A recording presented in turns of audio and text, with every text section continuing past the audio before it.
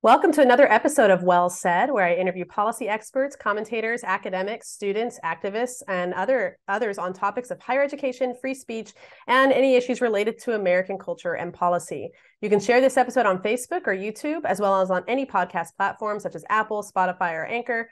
You can download the episode and listen anytime. And if you like what you've heard today, you can give our podcast a 5-star rating and go to our website, speechfirst.org, and press donate.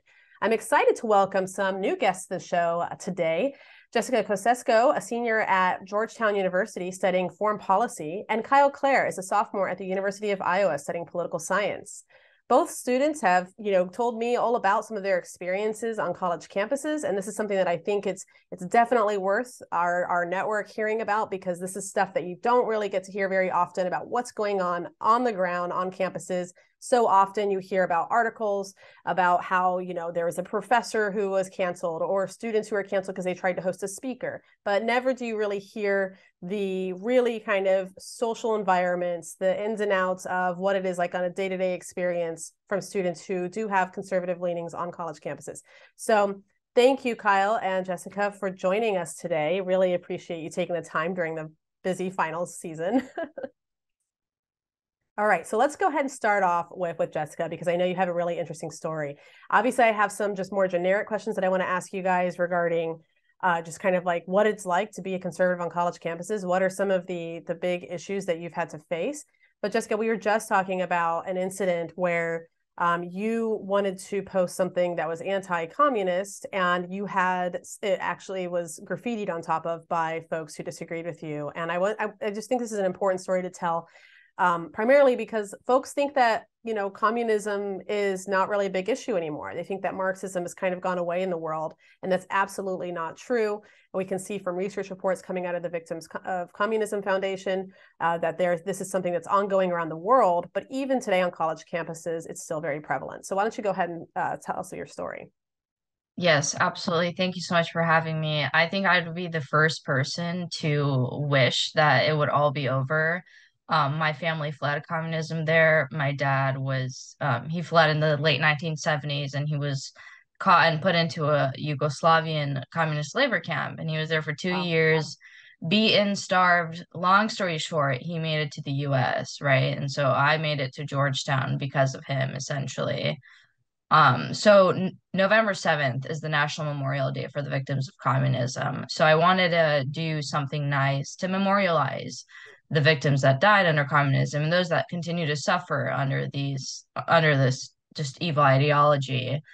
Because I thought that's the least I can do, right? So I planted 1,000 flags with the help of other conservative students at Georgetown and other conservative organizations here. We planted 1,000 red flags, and each flag was supposed to be about 94,000, represent the 94,000 people that lost their lives. So that's why we had 1,000, because it's been about 94 million people, I think, so far. It's probably much more than that, but that's the Yeah. most accurate statistic we used. And so we planted all those on our front lawn at the university in DC. And we, of course, had 6 poster boards that we also put in the ground with stakes in the back, just so, people probably didn't know that that's what November 7th was and why we were doing this. So we just had like explanations with facts. It was nothing political. It was simply a memorial, a vigil, essentially. Like one of the posters said, the USSR, 20 million victims, China, 65 million victims, right? Or then one flag equals that many number of victims. Not even 2 hours in the morning after we had set up, around 10:30 in the morning, I get a call from a friend that helped set up, and she's like, Jessica, you need to go to the front of campus because someone spray painted in red the hammer and sickle symbol on every single one of the posters. And this happened at 10:30 Every a.m. single one. Wow. Every single That's one of the dedication. six Yeah. with red spray paint on a Monday morning, right? I could have stayed there, in front of the university. I could have just sat on the lawn all day and just made sure no one vandalized the signs. But I was thinking, look, it's just a memorial. Like, it's Yeah. not even a political statement. We said nothing about socialism because that's usually what they claim a lot. They really try to interlace the two of them and say, well, maybe socialism, whatever. But no, we didn't even say anything about socialism. We strictly focused on communism, right? And so it was essentially a personal attack, and it was very hard for Hmm. me because someone else might have not felt that it was a personal attack, but for me it was, because you could have just, I don't know, kicked the poster boards over, or I don't Right. know, X them out, anything. But someone went back to their dorm or was prepared for this, got a can of red spray paint. And if you've ever been in Georgetown, there's really not any art shops. Like, you can't Yeah. just get a can of red spray paint. So the student They went out of really their way. prepared for this. They went out of their way and went back, right? Or already had it with them, and they spray painted the sickle and hammer. I don't know even how to draw the sickle and hammer, but they did, and they did it Yeah. on 6 different posters. So they walked from poster to poster across the front lawn. Um, So did you address this issue with any of the administrators or campus planners? oh, absolutely. I mean, I didn't think they knew that I had a personal stake in this. Because I mean, obviously, from what I've just told you, my family lived there and fled from communism, right? And it wasn't a pretty experience whatsoever. And I value and cherish my First Amendment rights very much, because I have them because my parents, and they didn't Right. have them, right? And so for me to that essentially be taken away from me, that wouldn't sit well with me. Right. And so did the campus do anything? Because I mean, from just even a pragmatic viewpoint, this is vandalism. Right. You paid for this property. It was your property that you decided to put up, in this memorial, and then they vandalized it and destroyed it. So, Yes. um, yeah, my question is, like, did the university do anything? Did they put an announcement out? Did they stand up for you, or what was their response to this? Yeah, they didn't put any announcements up, but I did Hmm. file a police report with our university. I finally got some time, and I went about 2 hours after this had happened. I finally had some time, so I went over to our police department, and they were shocked to find out that no one had called this in, because it's at 10:30 in the morning. Yeah. The campus was filled with people on a Monday morning, so they were very shocked that no one had called it in. But obviously, I gave them, the time that this happened around. And they actually found out that it was a student. Last week, one of the detectives called me from Oh, our really? police department and told me that it was a student. They couldn't disclose the name, but it was a male student. Of course, they had him on camera doing it because it's at 10:30 in the morning, right? And it's the Hmm. front of the university, so they're gonna have cameras. Like, how would you not even think that you can just get away with this? But Right. that's anyway. Of course, they were wearing a baseball cap and a mask while doing this because they wanted to protect their identity. But when they swiped back into their dorm, they Ah, got their information that I way. see. So I'm very glad that they found who did this. And And they're going to I actually be taking disciplinary action Yes, against the student. so the police Well, that's department sent encouraging. over the report to our Office of Student Conduct, and I actually spoke with them late last week. And they're working on it because we had Thanksgiving break, so it was Right. kind of like a shift in like transition. But I will definitely keep you guys posted. Yeah. Yeah. That's encouraging that at least the police department on Yes. Georgetown's Yeah. campus is taking action. It's sad that the university didn't feel obligated to defend free speech Yeah. by sending out an announcement to the campus. They I do it was all a the time too. And Yeah, I spoke to exactly. student affairs. But I went to Georgetown for grad school, and we got emails on the regular about various things that they felt the need to amplify to the students. It's not like difficult for them to send an email. What I find even more interesting is that this is a Christian school. It's a private university.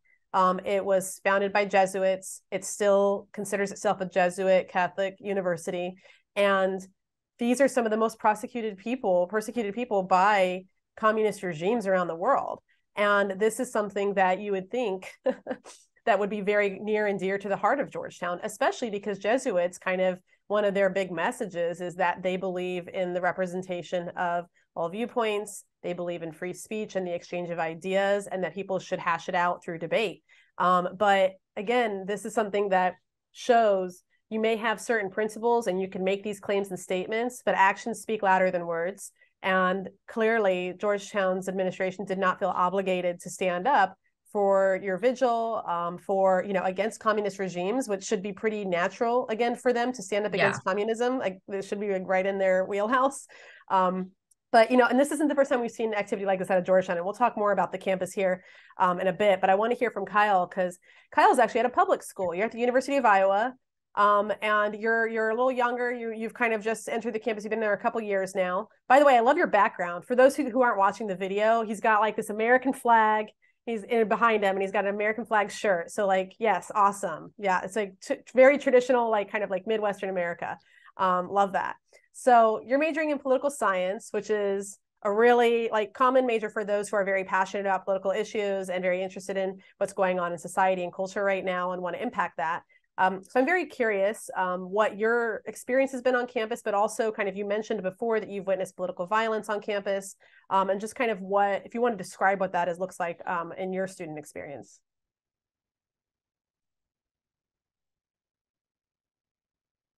Sorry, my mute button was not working, but Gotcha.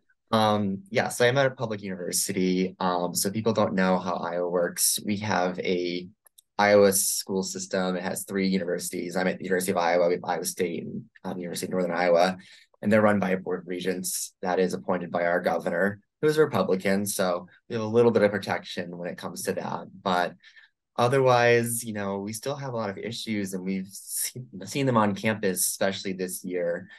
We have had 3 separate incidents of violence against conservative students all within a month in the beginning of the school year, and we're actually, we're still dealing with a lot of those. So the first incident was, and one of these incidents was by the same person twice. Wow. And so they're not learning their lesson. They're not getting disciplined to the extent that they need to be. Well, actually, last year this person came to one of our events, and he held up a sign calling us the KKK for bringing a guy who's talking about economic issues. Oh, that's kind of a disconnect there, but I know, but he was posting on social media calling us Nazis and the KKK and how our days were numbered, very threatening messages. And we actually had reported him last year. He was deemed not a threat at that time.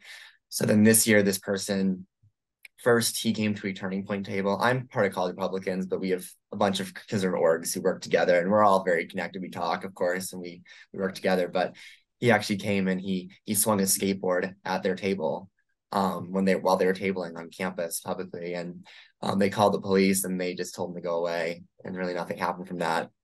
And so then he tried actually to physically assault them. He hit the table. He didn't hit them, but he hit the table. Yes, definitely very aggressive action. We recognized him from last year because he had been harassing us last year. And then he actually came back to a different event. I was not at that event because I'm in student government, but he came back to another event. It was Benny Johnson. He came to his speech for Turning Point, and he saw something that he didn't like. So instead of just walking away, like he didn't have to be there, instead of walking away, he came in and he jump kicked their projector while screaming expletives, and decided to do that. We actually have that on video. You can look that up. Wow. A lot of, for people who were there, was very scary. And then we ourselves had another incident with a different person earlier in the year at our org fair. You know, we have a big event. Every student org comes into we have a big park in campus. Every student org, 300 student orgs come to promote the org to freshmen at the beginning of the year. And we had a freshman from Chicago. We had our table that said College Republicans, and he came up and he flipped it over, and then proceeded to go to the Students for Life table, and he actually swung his bike helmet. He actually hit the girl who was behind the Students for Life table. So we're still dealing with the legal repercussions. Her and I have pressed legal charges against him. He is claiming to be not guilty of harassing us. So we actually have to go to court for that. Wow. Yeah. But with administration, the first guy who did that to the projector actually did get suspended. But the one who actually hit somebody is still going to class at our campus. And it's very disheartening that that has happened to us. And we're actually still dealing with the fact of recruitment and membership. It's hard because people don't want to, deal with that. But we got to remind them that that's what they want us to do. They want us to go away. So we try and be even louder when they do that to us. Yeah, and that honestly amazes me because I see a lot of campuses these days that will, if someone claims like harassment against them or, for not using their pronouns or gender affirmation language of some sort, they'll usually get to those individuals who make those harassment claims will actually get the opportunity to kind of get, which are these like quasi restraining orders against the students that they have the claims against that actually force the students not to go to class with them. But then when you have incidents of actual physical assault, the students are still required to go to class with the student who assaulted them or attempted to assault them, and just like face them every day, knowing that that person wants to cause them physical harm. And so this is a clear double standard in my opinion. And this is something that also, like, I think a survey came out last year on, was a free speech campus environment survey. And one of the claims was they said like 23% of students said it was okay to use violence against those that they disagreed with. And that is it doesn't sound like a big percentage, but when you think of the hundreds of thousands of students, millions of students who are on college campuses, if it really is a 23% number, that is a huge number of individuals who are going to not only think that this is okay on college campuses, but will take that behavior with them, especially in the cases where they're not properly disciplined and they don't actually meet any real consequences for their behavior. Because it sounds like they're targeting the same types of events. They're attacking your tables. They're waiting till you guys are all out in the open and they're taking big swings at you. I mean, again, this is something that they're going to take with them in whatever their career field is, unless they're stopped at some point, right? And it's not even that. I mean, our state is very Republican, but our county is not. And even though this person did assault this person, I was told by a detective that it was hard getting that charge against them at our DA's office to get that charge. Again, he's pleading not guilty and it's just harassment, not even the extent of actually what he did.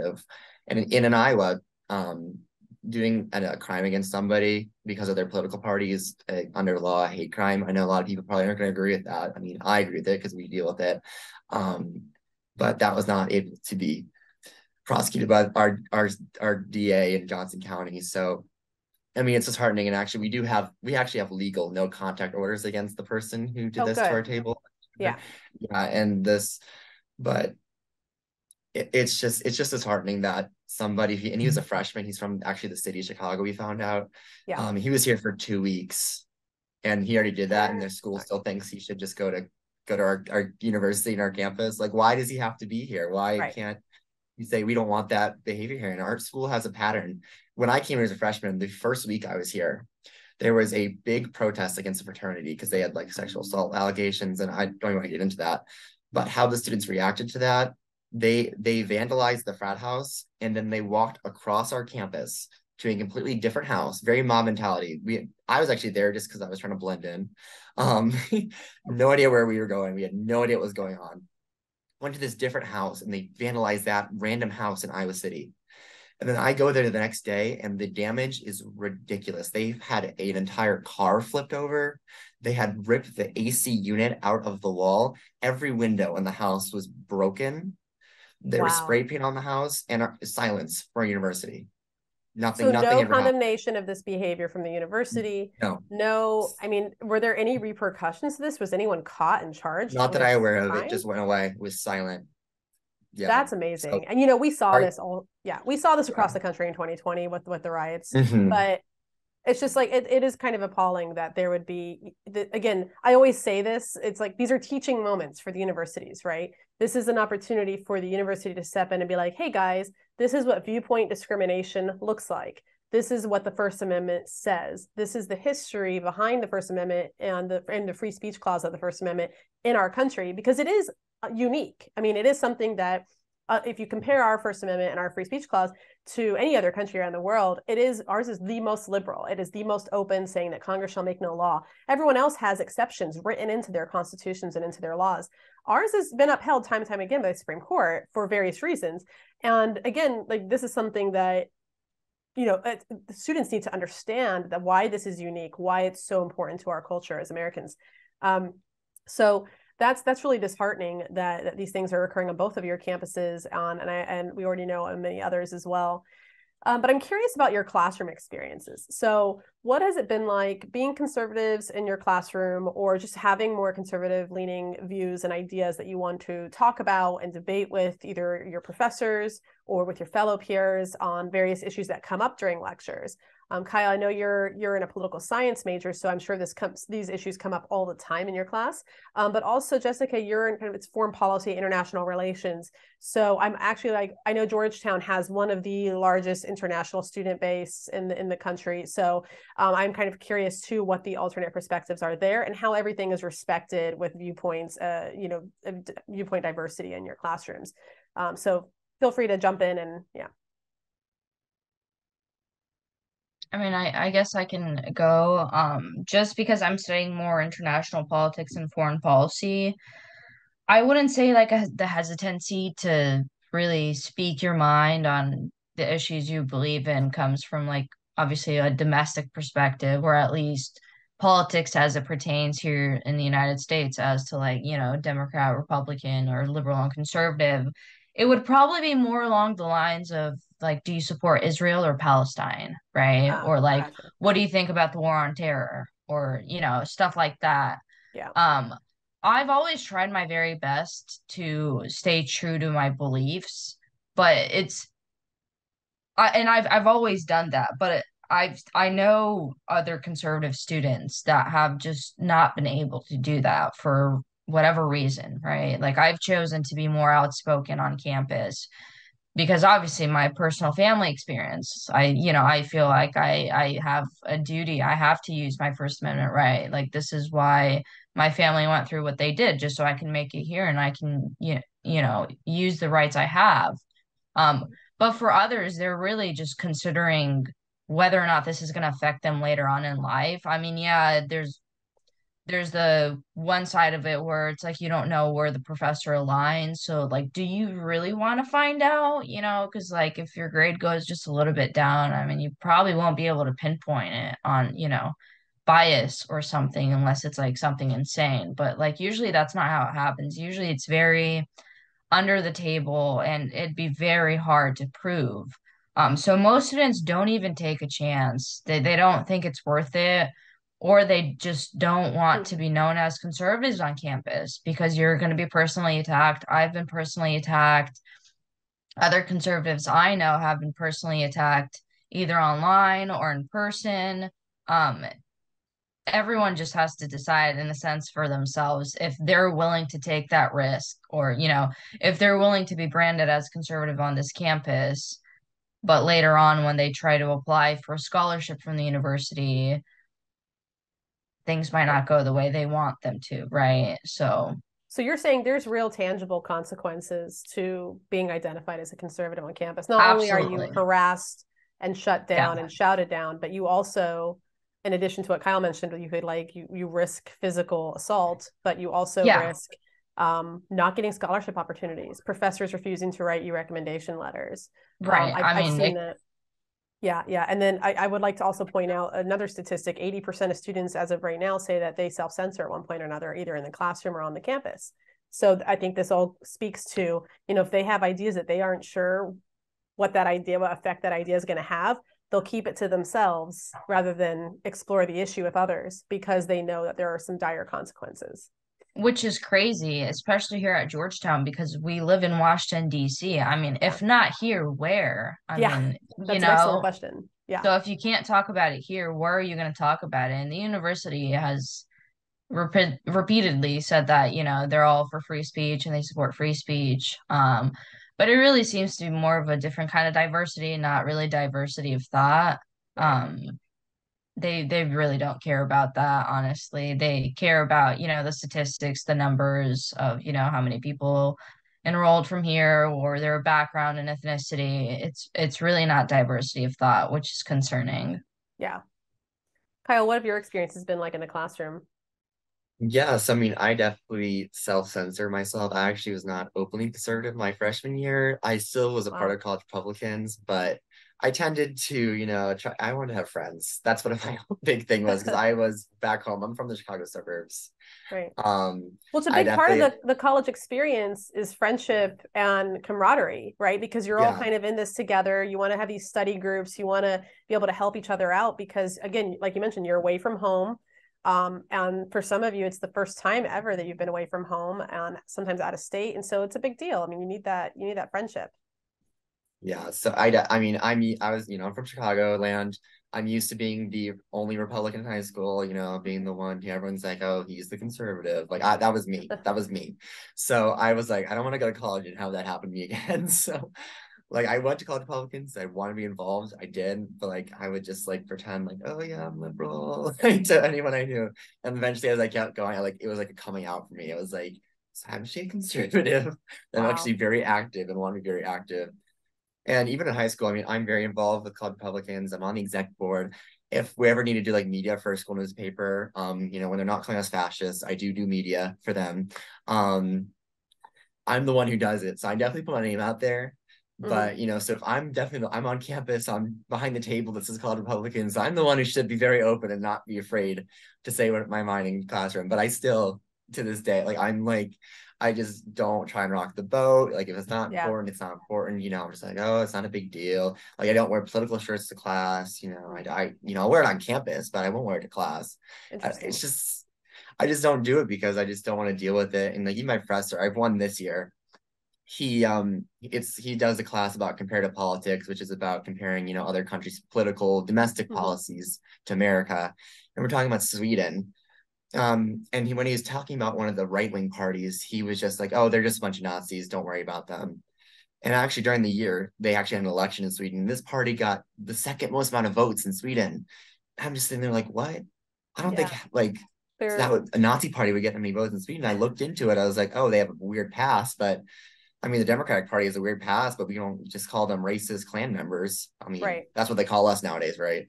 Right. So it's Right. just sitting there. It's like, these professors, they're misleading students. It's an intro class. A lot of students, they're misleading students who just call right-wing parties, they're just Nazis. And that mindset definitely seeks in. And it goes back to us too. Like what they say goes back to us because when they say these things about right-wing people, about conservatives, about the Republican Party, then the students call us those things. We had an event, Alan Yeah. West was here 2 days ago, and we had a girl in the back with a cardboard sign that said, keep the alt-right off our campus, punch your local Nazi in the face today. And who's the local Nazi? She's talking about us. Our school Wow. newspaper, they're putting in their paper, they're saying that we're leading a semi-fascist movement like the president says that we're leading.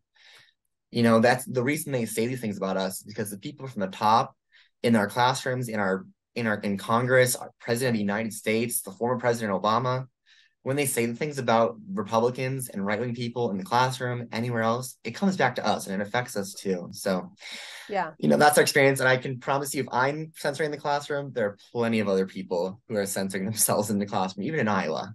Right. Yeah. No, I've definitely heard of this at other universities too, where I'm curious, are your professors pretty, it sounds like the one you just described is pretty outward in his political preferences, but are most professors generally kind of, they make it known or do they attempt to balance? Like what are your experiences with all of your professors kind of more on a holistic level? And then I'm curious if you think that doesn't, if even if it doesn't work, like you still kind of end up knowing where your professor stands on things, are you modifying like what you write in your assignments based on that?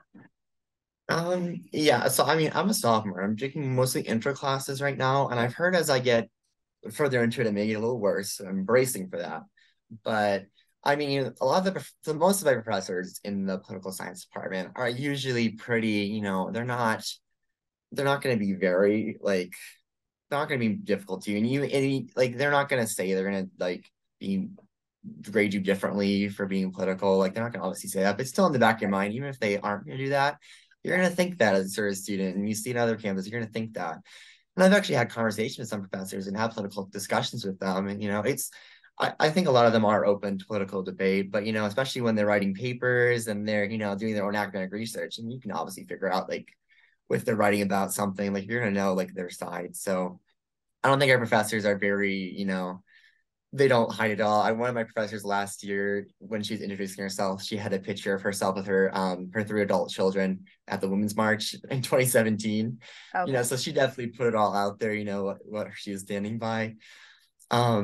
Yeah. So like it's just like you never know. Like they're not gonna say they're gonna discriminate against you, but like in the back of your head, you're like, and Right. they're not the ones grading it too, it is the TAs. So honestly, you have to know who your see. TAs are and what your TAs are doing to really know if you're gonna get like a harsher grade on your paper. But for now, I haven't experienced that yet, but I've heard it may get a little worse when you get into higher level classes. So I'm bracing.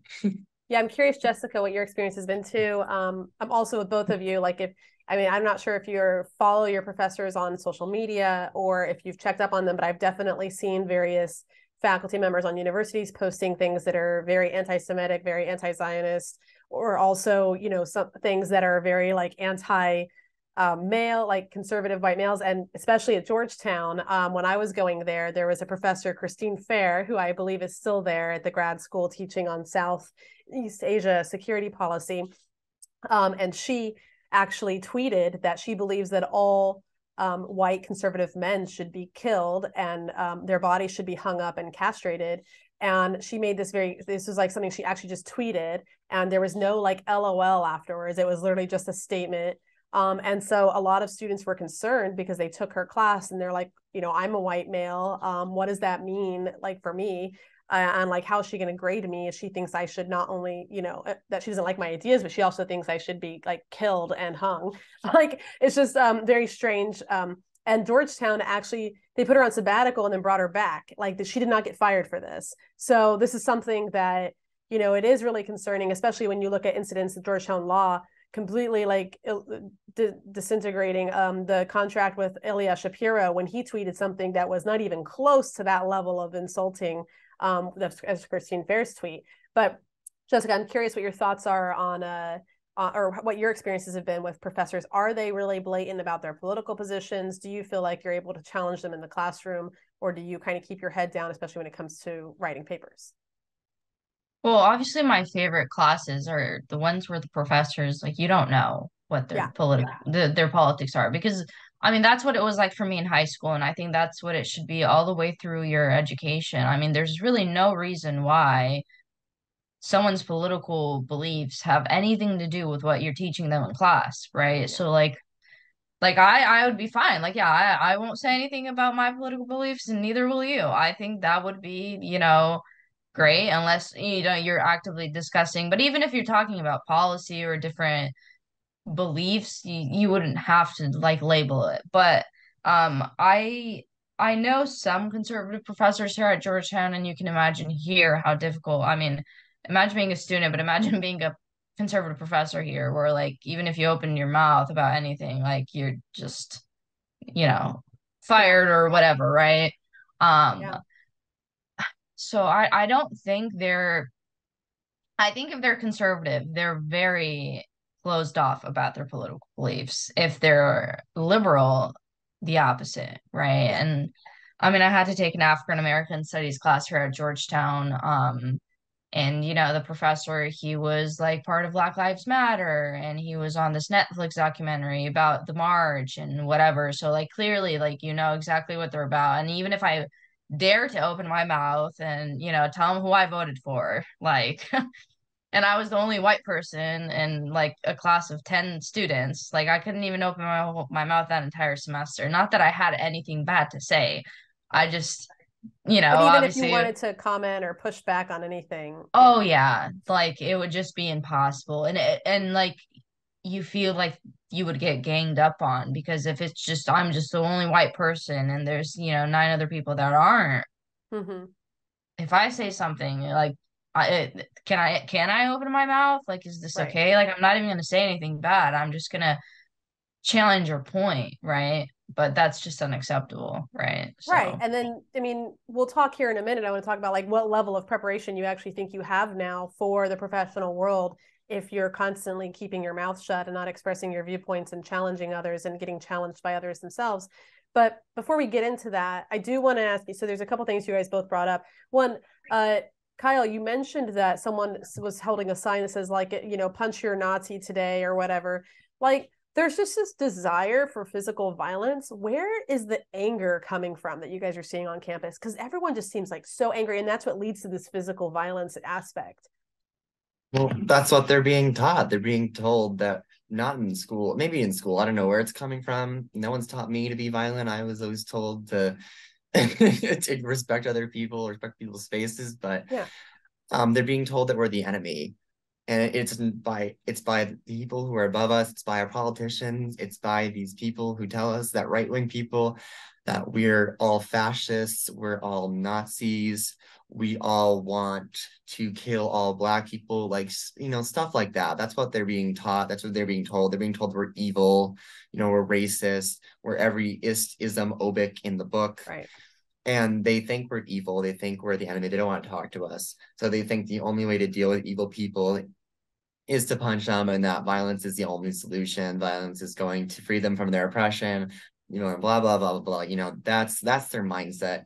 And there's definitely, I don't know in Georgetown, but there definitely is a big protest culture here in university. Like, drop of a hat, anything happens, there'll be 100 students at our like center as the old Capitol, the Pentecrest.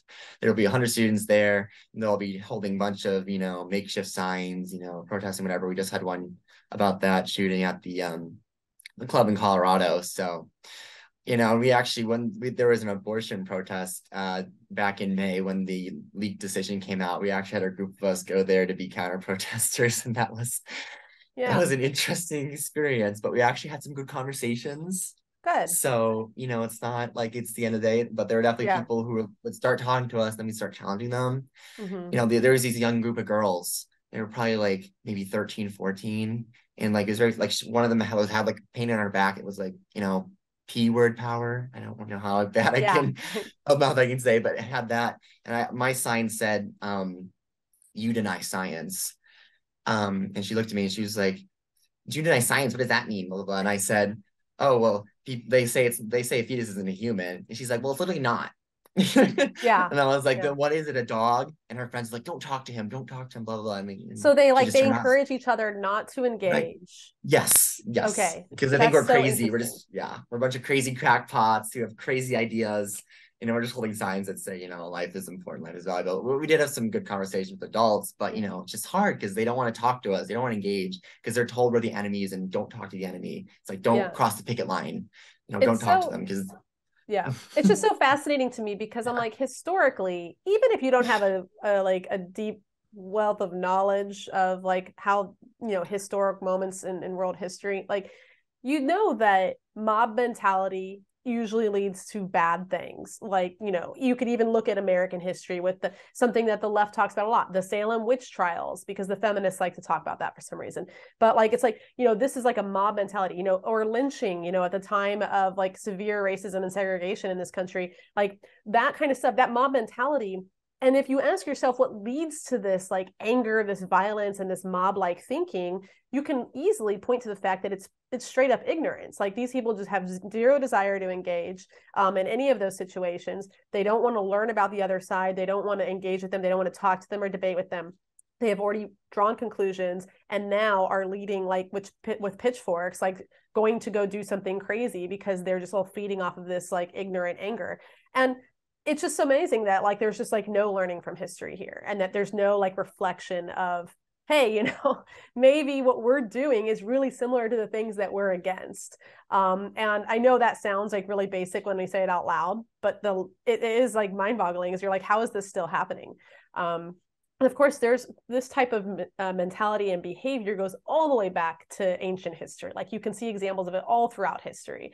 So it's not new, but it keeps repeating itself. And they see these things on social media too. Like, they see like these, oh, punch a Nazi. Someone says that, oh, you're so cool, you're so amazing because like you're standing against Nazis, but they don't understand the real world implications of what that does to us and how that affects us when we're being compared to Nazis. The social media impact. Okay, let's talk about that in a bit, but I do want to hear from Jessica on just kind of the general, like, where do you think the anger is coming from what you've seen on campus? Like, what are some of your thoughts on that?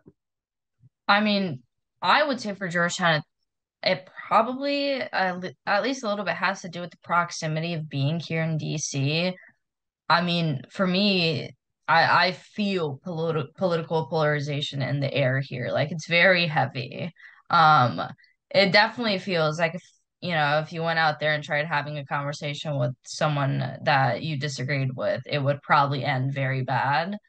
Um, and that's really discouraging. I'm just very hopeful still that it's not like this everywhere else in the country. I'm hoping this is just like DC, and like, yeah, it might be bad somewhere else in the US, but like it can't be this bad. I hope. Um, yeah, political polarization. I mean, people just don't want to listen to you. Like because we talked about this, they'd rather just not engage with you. But if you don't engage, you just, you look online and you think, oh yeah, all Republicans, all conservatives, they're all whatever names you want to use.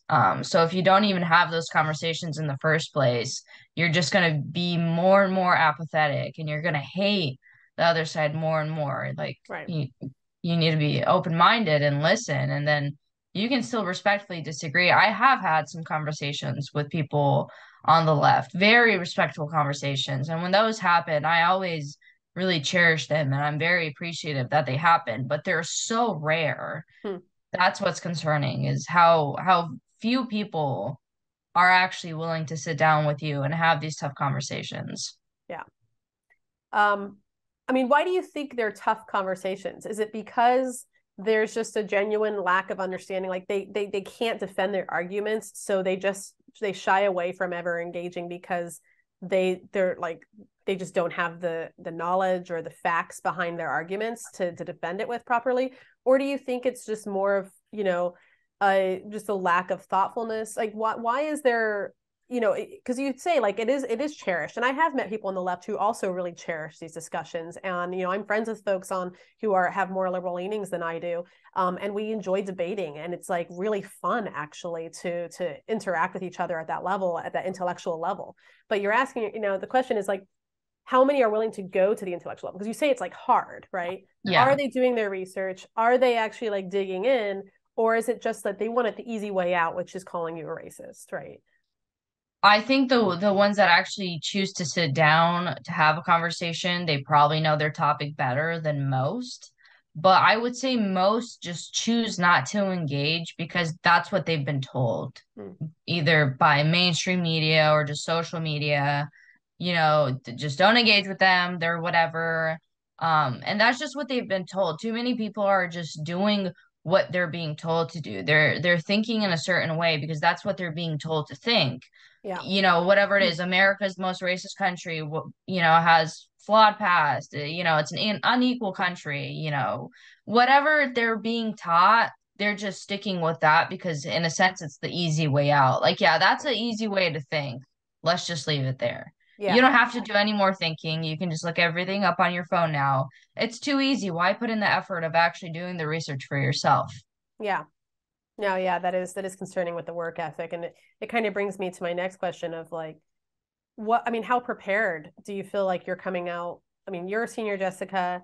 Kyle, you still got some time, but do you guys feel like your college experience is preparing you properly to really engage? Like, I think back to, I often do kind of think about the UK higher education system, like Oxford, because of just like the rich history of the folks who've come out of Cambridge and Oxford and stuff.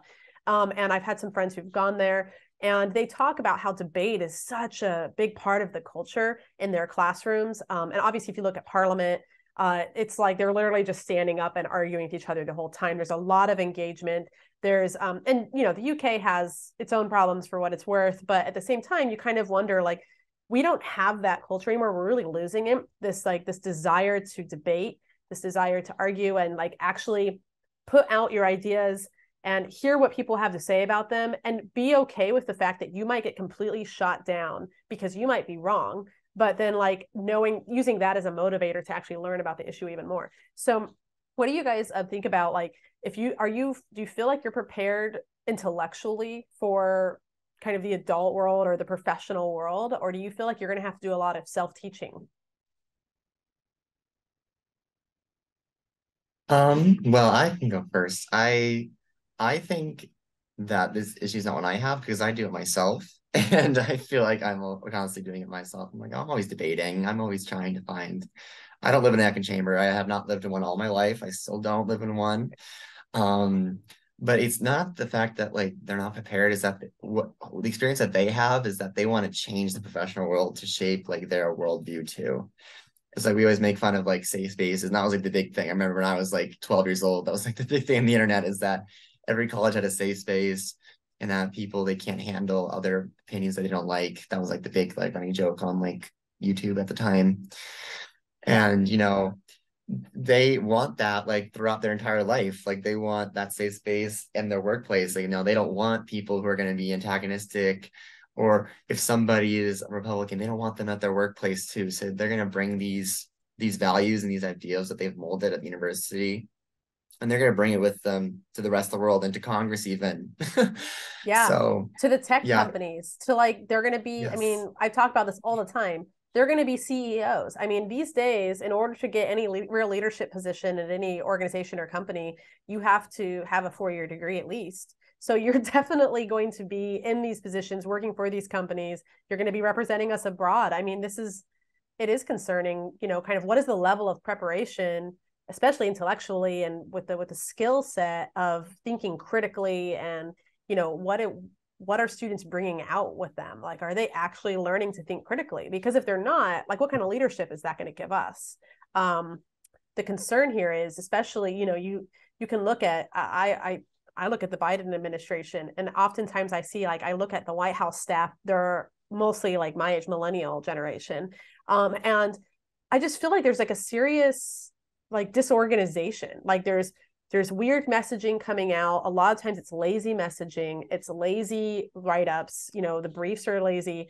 I'm almost confident they don't read everything that they don't read the laws thoroughly. They don't actually have anyone to do. And the reason I say that is because it's just like it's all over the place. It's all over the map. There's no consistency. And you're like, but that's the skill sets that we're developing. We're developing generations of folks who procrastinate, who don't want to do like the hard work of research, who don't want to think critically about things, who just want to parrot the talking points over and over again, and everything is reduced to a talking point. And there's no real intellectual depth. And so that is, sorry, I'm on my soapbox now, but that's a serious concern for like when we're talking about like the future leaders of this world, because America is a leading country in the world. And you're like, what's that going to look like? Are we ever going to get like another, Abraham Lincoln? Are we ever going to get another one of these guys? Even another like Martin Luther King Jr., people who are willing to like stand up and think critically about what's going on. And it's hard to say, yes, we'll have another one of those at some point in this country, because I just don't see it happening. Jessica, do you have any comments on Gen Z preparation for intellectual thinking, critical thinking? Yeah, I mean, the thing that comes to mind is that like we're coming out of these universities taught to just not just be a robot, but just follow what we're told, do what you're told.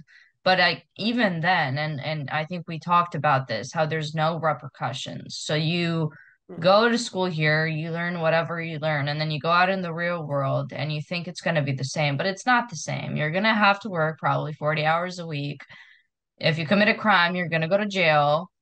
But if you happen to live in a liberal city, you might not even go to jail. So it's just the Yeah. whole process keeps repeating itself. I'm from Southern California, so I know very well that things aren't, how they are supposed to be. That's not really how it goes. And I didn't really want to put up with any more woke policies from like COVID and stuff. So I actually am graduating a year early. I was normally supposed to graduate in 2024, but I'm graduating this upcoming May 2023, because I was like, I don't know what's going to happen next year. I'm sure something else is. And I didn't want to deal with that. I think we're going to have a very big issue with the workforce. I mean, they're talking about that we're not going to have, Social Security for us, but like, I don't even think there's going to be enough people that want to work. I mean, everyone's just going to want to Right. apply to be on unemployment because it's unfair to work 40 hours a week or whatever, because they believe Right. they're entitled to some social safety network that doesn't really exist. Yeah. So Well, yeah, that's what I find fascinating too. And I kind of am curious of your thoughts on the social media effects of all of this. we've talked about mob mentality and perpetuating ignorance. And I mean, I think at the core of a lot of that is social media. And we can kind of trace all of these like crazy, weird, strange, ignorant political movements back to efforts on social media, Marxist efforts via social media, just as much as we can trace them back to the campus. So I'm kind of curious what your thoughts are on, as Gen Zers, like, it's there's even more now than when I was in school. So what are your thoughts on this? I'm curious also what your thoughts are on the Elon Musk stuff with Twitter. If you think that's going to be helpful, do you think there's a saving grace of sorts for social media that will actually make it useful to society, or do you think it's just going to be gloom and doom all the way? I can say I'm glad that Elon Musk's on Twitter. I think it's going to be a lot more interesting place. I am definitely on Twitter. I don't have a personal account. I have a fun account. I use it for fun. But it's especially with Instagram. I think the big issue is like Instagram, because that's like the app that you're like you have like your friends on, right? And like you can post like a little story. Up top's just like a little short little post is there for 24 hours. Nothing too crazy. But there's all these accounts on like Instagram that make these like short little infographics about like whatever's going on in the world. I think there's one account called Impact. That's one people love to use, and like they'll post like whatever Impact posts, like they'll post on their story. It's always something liberal, always something that it's just like a short graphic, no context, like nothing accurate. And yeah, it's just hard. Especially I remember when that whole nightclub shooting happened recently. Everyone was posting on their stories. Everyone I was following was posting about how this is the fault of Fox News because they are critical of how the LGBT community can, prey on children sometimes. And they're saying that it's Fox News' fault, and then it's also Republicans' fault, and that this person was a MAGA Republican who was shooting up a bunch of gay people. And with no evidence, nothing at all, but a bunch of social media accounts are putting that on their social media. So they see that, and then they post it onto their social media. Then everyone's sharing it. They see it on other people's stories, and they're all sharing it. And they're sharing this narrative that is not even true. And I actually had a conversation with somebody that I'm on student government with, and I had a conversation with him about it. And I said, that's not even accurate, not even true. We had a whole conversation. I found out he's from Kansas, and he knows of Republicans and our ignorance. And, I told him that we've experienced, violence, and he shrugged it off. He said, what violence have you experienced? You experienced nothing. And I told him what I've told you here today. And then he said, oh, it makes sense why you get pushed back on this campus. So, this mentality on social media definitely permeates, and it's just hard to see that somebody who's trying to be a leader on our campus would say these things about, a good a good portion of people on this campus, who have no connection to any of this, and they want to just put that blame on us. Right. Yeah. I mean, I think that was a fascinating, the way the media handled that. I mean, we talk about social media impact, but then there's also like mainstream media. And I think most of like Gen Z and millennials actually get majority of their news still from social media sources. But even those who are watching like network news, or those who are still taking the time to like sit down to CNN and whatnot, it's like there was no apology. There was no recall of facts. They just kind of like, they put all this information out there. It was a MAGA Republican. It was someone that like we don't like, who was the evil guy who did the bad thing. And then it turns out the guy's like none of those things, and they completely mischaracterize the situation. They just start talking about it as if they never said anything else, and then it just kind of goes away. There's no like repercussions. There's no accountability for false facts, false characterizations. And you kind of like wonder like how far are they going to take this, because this isn't the first time obviously that they've characterized things like this.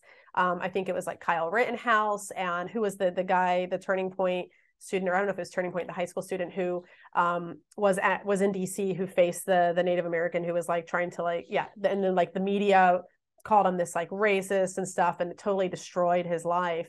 But they got millions of dollars out of these networks for putting out bad characterizations of who they are, wrong and inaccurate characterizations. So there are consequences, but how far and how long is this going to happen? Is this like a new normal? Who knows? But Jessica, I'm curious what your thoughts are on the social media impact on all of this as well. And then we can kind of wrap it up with some final thoughts. Yeah, I mean, I think I can't wait to graduate, because I just want people to know that I graduated from Georgetown, and then I'm just going to delete everything. Because it's so unhealthy. And for a young person to just be on social media is just bad. Like, yeah, it's entertaining. There's a lot of funny videos and memes, whatnot. But at the end of the day, our algorithms know us so, so well. And even if we don't know it, we're probably living in an echo chamber, and and that's because we want to listen to things we agree with.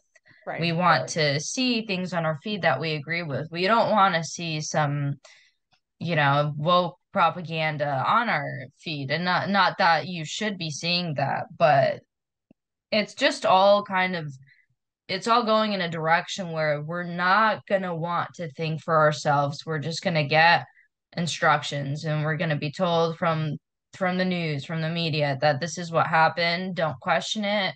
Right. Move on, right? And it's just really not a good way to move on with, I'm sure, your life. I'm sure, I don't know what's going to happen next. I mean, we had COVID, and then whatever, God knows what's going to happen next. But it's just like, I'd rather really focus on myself and not pay attention to all that. I think Elon Musk acquiring Twitter was definitely a great idea, because even he came out and said that, like, yeah, Twitter definitely interfered in the 2020 election. But of course, no one else from Twitter would actually agree to that, or they would actually say that, but he's publishing proof. Um, Twitter isn't perfect. It probably never will be, but I value the honest attempt at, really trying to make it a free speech zone, right? Online, I mean. No, I mean, I think that's a great point. And I do find it interesting. It is kind of sad you say you're graduating a year early because you just like don't want to deal with it anymore on campus. Like you're over it. You're like ready to get off there and like start your career. That's fascinating to me, because oftentimes when someone says they're graduating early, it's just because, it just kind of worked out that way, or they just like are very excited about the career, but it's not because they're just trying to they're trying to escape the campus. So I think that's sad, and that's something that schools like Georgetown should really be taking into consideration. Like they're pushing kids. I mean, at the same time, it's like you kind of wonder how much of this was part of the goal, right? Like to make it so it was either that or transferring, but I didn't work so hard and make it here to just transfer out. So I wasn't going to give them that. That's really profound, and that is something that is very disconcerting. You mentioned also that you guys are mandated to take certain like diversity, equity, inclusion training courses. I'm curious, Kyle, are you guys also required to take these? Ours is called diversity and inclusion, so there's no equity in there yet. Okay. It may get in there soon. But yeah. So we did a report this year on just what some of these training programs, what these freshman orientations tend to highlight. We found that only 30% of them even talk about free speech or viewpoint diversity. And even those, it was still a 7-to-1 ratio of like social justice, DEI, CRT, microaggression, trigger warnings conversations versus, free speech and viewpoint diversity. So there's a very heavy emphasis. I'm curious if that speaks true to kind of your experiences on campus, and if you feel like your school even tried to talk about free speech or the First Amendment when you first either came on, or if they ever since have tried to send something out on that. I will say a bit of shining hope is that our university does do that, but I don't think it's because our university wants to. It's because our Board of Regents is the one who told them that we need to do a free speech training, and the Board of Regents are the ones who are appointed by our governor. So, we actually don't have like that kind of training. I don't remember that happening. We do have like a gen ed we have to take. It's like diversity inclusion, and it's just one of the classes. You get to pick one. Mine was about Italian Americans, so I was good enough to deal with all the nonsense. But we do have DEI on this campus regardless. It's not just mandated for students. Professors do it. Professors take it. All our departments have DEI initiatives. Even our clubs. If you've ever heard of we have like a dance marathon here. It's where they just dance for kids with cancer at our hospital at the university, and they have DEI in a club where you just dance for how long you can dance. Like, why does that need DEI? It's a bunch of students dancing. Like, I just don't get it. But like, it's still definitely part of a university, even if the people at the way top aren't enforcing it. It's people at the bottom who are enforcing it. Yeah, they just want to put it in everything. It's like this kind of catch-all. Jessica, what was some of the mandated DEI stuff that you had to do at Georgetown? I probably just tried to block that memory from my mind. So if it isn't there, it's very deep and I can't really think of it, or I probably skipped through all of it. I know that we also have to take one of these. I don't know what they stand for, but it's basically a diversity class. And that was actually the one I was telling you before about the Yeah. African American Studies class that I had to take. And the funny part is that I actually had to take that my freshman year in the summer before even starting here because I'm a low income student and first generation. So I was part of that program, but there's only like very few white people to start with in that program, which is fine, you know. But that was the class I had to take, and I was essentially forced into it. I didn't even get to choose what class I would have taken that summer. They kind of just put me into it, and I was like, okay, cool, I guess we're doing it, you know? So, that was definitely something I had to do. They've had different types of like sexual assault trainings that they've had us do on, you know, online. And like, yeah, they send out, you know, some reminders about free speech, but like, really, do you actually care? Probably not. You know, it's very topical. It's for the optics per se. Right. No, that's kind of the impression that I've gotten as well, is it's more about the optics for all of this. But that is interesting because if you're required to take these classes, these, you know, whatever diversity and inclusion classes, you have to take one, you know, at least the 4 years you're there. I'm curious, you know, if the schools start requiring American history classes, or if they require, you know, studies of the Constitution, or like understanding like American culture as well. Like, is that even required or mandated at any level? And I'm gonna go out on a limb and say it's probably not. So yeah. So I mean, again, it's like, yeah, that's an interesting piece of history to learn about, like African American specific history in the country. But then it's like, if you're required to take that class, why aren't you also required to take other historically relevant classes for this country? So that's kind of begs the question. All right, so I want to get your final thoughts on, before we wrap up, just what you think. Kind of, is there hope for the college campus? What are your thoughts on, you know, for students who are kind of going through very similar situations as you? Any recommendations for any students who are listening to this?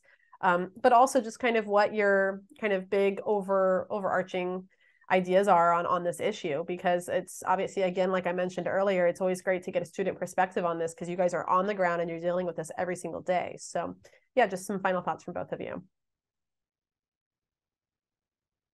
Yeah, nope. I can start out here. I do think there's hope, and I think the best thing to come out of COVID, even though a lot of not good things out of COVID, the best thing is that conservatives are looking into education more. And I think, and not just like us, but like the adults, they're looking into education. They're realizing like, oh, this is what academia is. Like, this is Right. what, even in my kids' kindergarten class, this is what's happening. And, I'm telling all this stuff, and I live in a red state. I live in a state with a Republican governor, a Republican legislature. We are a completely red state at this point in Iowa. And we have public universities that are governed by people who are appointed by our governor. And yet we still have DI, we still have people who are employed here who push liberal propaganda. I just think conservatives, come on, we need, in any state where you have the power, you need to use your power. Right. You need to use it, because liberals use their power. So why can't we use our own power?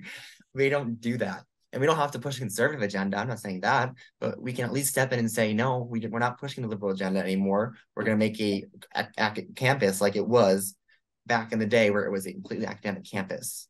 Yeah, that's what we need to do as conservatives. And I will be pushing our Iowa Republicans to start doing that. But and I also just say to students too. So Republicans, you're listening, please help us. But just for students too, don't give up. Like, I know it's hard. I know it's difficult. I've experienced, but giving up is what they want you to do. They want you to be silent. They want you to just to be obedient. They want you to not make any waves, to not rock the boat. They want you to stay quiet. So you cannot not give up. You cannot stay quiet. When they get loud, you get louder. And when they fight back, when they attack you, you fight back. Not physically, but you fight back with your words. You fight back with your actions. You fight back by being a stronger presence on the campus. And that's what we have sought to do, even in a red state. And I know it's probably hard if you're in like California's university system, but yeah, our country hangs in the balance. This is our future. And if you want a good country in the future, you got to do the work now. So thank you for inviting me. And yeah, for sure. That would just be my message to anyone listening. So thank you. Yeah. And on that note, real quick, it's like, it's funny because you think being in a red state, this issue wouldn't be as bad. But I mean, the universities we've dealt with at Speech First that we've had to litigate against, a lot of them are in red states. We just recently won against University of Central Florida and University of Texas. We've had a number of cases in Texas. So, this is not, unfortunately, no college student is safe from this. This is all campuses are suffering from very similar situations. We can always have a whole nother podcast on speculating on why that is and discussing why that is. So I'd be happy to have you guys back for that. But I think it's important to note that, yeah, California is a very blue state, and I'm sure going to college in California is rough for a conservative, but it's kind of across the country at this point. It doesn't really matter where you are. The college campus is not friendly to conservative ideas or to open debate and discourse. Jessica, what are your final thoughts?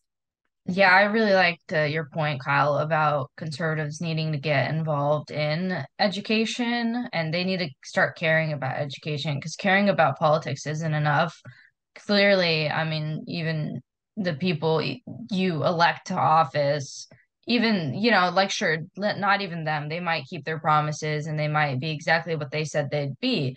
But on these school boards, it's all liberals running or people working in academia. It's a vast majority of them are liberal, and they've really been winning on that front because we've let them just kind of take over. But we Yeah. need to get back in there and we need to start fighting back.